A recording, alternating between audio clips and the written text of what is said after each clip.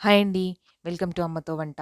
ఈరోజు అమ్మతో వంటలో ఓ 2 ఇంట్రెస్టింగ్ రెసిపీలను మీ ముందుకు తీసుకొస్తున్నాను. సోరకాయ. ఇది మనం తెచ్చుకుంటాము, సగం వాడతాము, సగం ముదిరిపోతుంది. ఇలా సోరకాయని పడేయకుండా ఓ మంచి 2 రుచులని మీకు పరిచయం చేస్తాను. సొరకాయ వడలు, సొరకాయ అప్పాలు.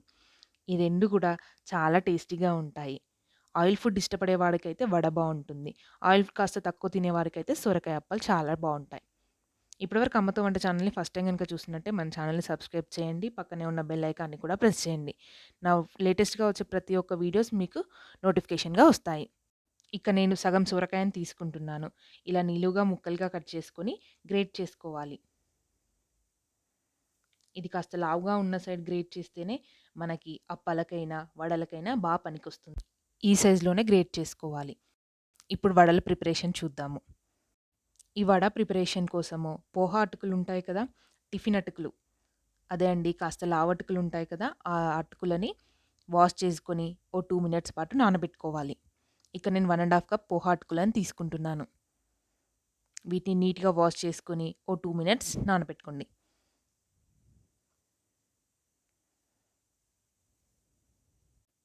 ఇప్పుడు మనము ముందుగా గ్రేట్ చేసి పెట్టుకున్న సొరకాయలో నుంచి సగం వరకే తీసుకొని, సగంని ఈ వడ కోసం యూజ్ చేసుకుంటాము. మిగిలిన సగాన్ని సొరకాయ అప్పాల కోసం వాడుకుంటాము. ఇప్పుడు ఈ సొరకాయ తురుములోకి అటుకులలోని వాటర్ బాగా తీసేసిన తర్వాత ఇందులో వేసుకోవాలి. అలాగే 1 ½ స్పూన్ జీలకర్రను కూడా వేసుకోవాలి. 1 స్పూన్ పసుపుని, అలాగే 2 స్పూన్స్ కారం పొడి, 1 ½ స్పూన్ సాల్ట్, ఓ స్పూన్ ధనియాల పొడి, కాస్త 2 ఇంచుల వరకే అల్లంని సన్నగా చిన్న ముక్కలుగా కట్ చేసి ఇందులో వేసుకోవాలి. ఓ మీడియం సైజ్ ఆనియన్‌ని కూడా చిన్న చిన్న ముక్కలుగా కట్ చేసి ఇందులో వేసుకోవాలి. 4 పచ్చిమిర్చిలను కూడా ఇందులో వేసుకొని, చివరగా ఓ 3 స్పూన్స్ బియ్యం పిండిని వేసుకొని బాగా కలపాలి. సొరకాయలోని వాటర్ రిలీజ్ అయ్యి, అటుకులలో ఉండే కాస్త మాయిశ్చర్‌కి ఉప్పు, కారం, ధనియాల పొడి ఇవన్నీ బాగా కలిసిపోయి, వడ షేప్‌లోకి మనం ప్రెస్ చేసుకుంటున్నప్పుడు విరిగిపోకుండా ఉండేంత సాఫ్ట్‌గా దీన్ని కలుపుకోవాలి. చూసారు కదా!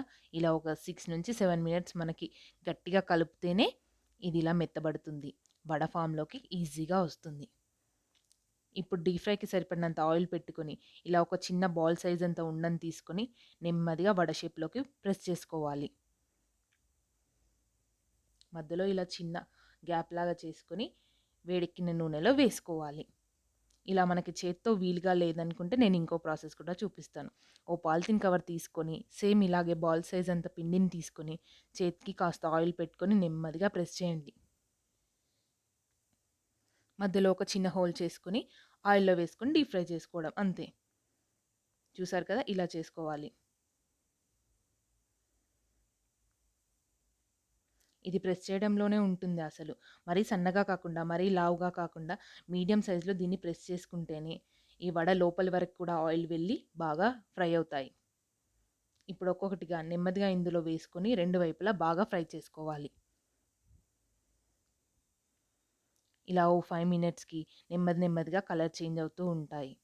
2 వైపులా కూడా కాస్త బ్రౌన్ కలర్ వచ్చి పైన క్రిస్పీగా కరకరలాడేంత వరకి ఆయిల్‌లో ఫ్రై చేసుకోవాలి.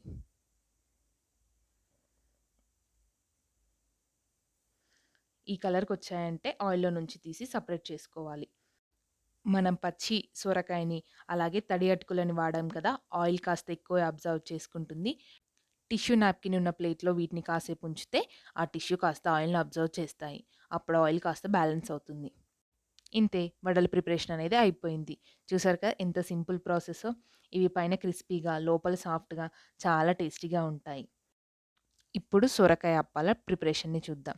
ఇవి మనకి కాస్త సర్వపిండి లాంటి టేస్టే ఉంటాయి. ఇప్పుడు ఒక బౌల్‌లోకి ముందుగా మనం తీసి పెట్టుకున్న 1 కప్పు సొరకాయ తురుముని వేసుకోవాలి. అలాగే 1 ½ కప్ బియ్యం పిండిని వేసుకోవాలి. సన్నగా కట్ చేసిన అల్లంని, ఉల్లిపాయలని, పచ్చిమిర్చిలని, కరివేపాకు, కొత్తిమీర ఆకుని వేసుకోవాలి.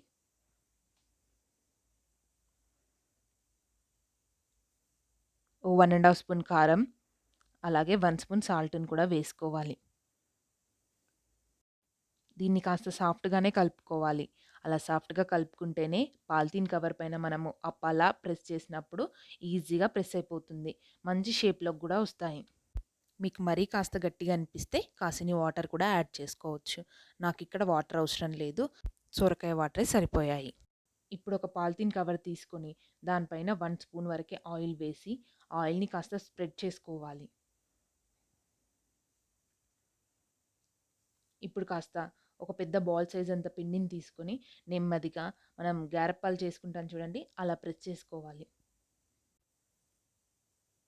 ఈవెన్‌గా అన్ని వైపులా కూడా సమానంగా ఈ పిండి వచ్చేలాగా రౌండ్ షేప్‌లోకి ఒక అప్పల్లా ప్రెస్ చేసుకోవాలి.